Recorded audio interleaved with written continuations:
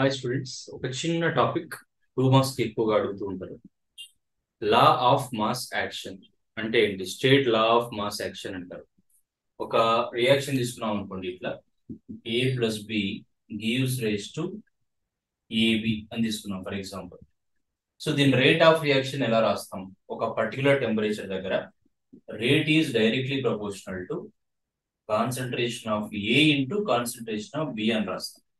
అంటే at a particular temperature, rate of reaction is directly proportional to the product of concentration terms of the reactants అని రాస్తాం. లేదంటే activities అనే word వాడతారు ఇక్కడ. యాక్టివిటీస్ లేదంటే యాక్టివ్ మాసెస్ లేదంటే యాక్టివిటీస్ అని కూడా వాడచ్చు.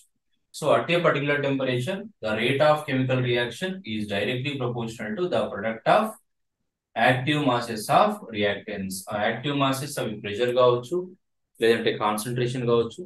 అది సాలిడ్స్ లిక్విడ్స్ అదో పెద్ద టాపిక్. ఇది గుర్తుపెట్టుకుంటే సార్ 2 మార్క్స్ కి.